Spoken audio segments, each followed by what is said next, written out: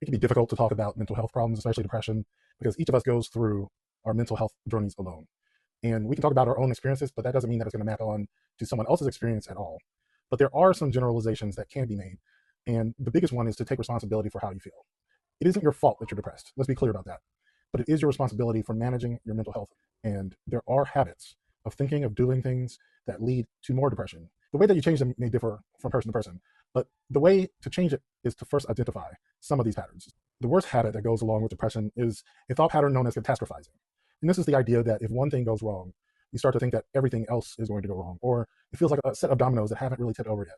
You're thinking into the future, and you're thinking about how everything goes to shit when nothing has happened other than what is happening right now. So a lot of this is just identifying it and staying in the moment, staying present, maybe take a breath and recognize that this went wrong and not everything has gone wrong. Another habit of thinking is known as all or nothing thinking. And this is the idea that if you make a mistake, that you are a failure or that you are a mistake. Just because one thing went wrong doesn't mean that everything is wrong. In fact, recognizing that you made a mistake is the first step in correcting it. And in most cases, when people make great breakthroughs in science or even creative projects, it's because they ran into walls and they made mistakes and they didn't give up. So recognizing that you make a mistake can actually be a positive mindset, and try to think of it as a positive thing. You learned a way not to do a thing. Another habit that we engage in is known as mind reading, specifically negative mind reading, thinking that you know that other people are thinking negative things about you. And the truth is, even when you think people are thinking good things, they might be thinking bad things. You don't know. You don't know what other people are thinking. And oftentimes it doesn't even matter. If people think negative things about you, as long as they treat you with respect, that's really all that matters, is how you're treated and the ways that you move through the world. It's okay for people to think bad things about you. In fact, even people who love you think bad things about you, and they're wrong. Let people be wrong. We don't always have control over the way we feel, but we do have control over the way we think, and we have control over the way we behave.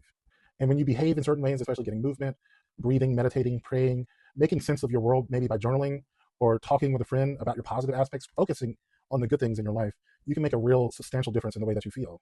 And recognize your own power. Recognize your own power to change the way you feel, and know that these feelings are temporary. They are the weather. They are not the sky. You will always be ready for when the storms come if you understand how to let them pass.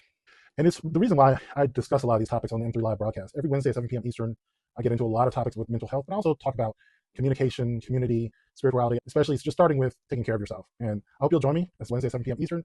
Mail me to mine on all the socials. Thank you.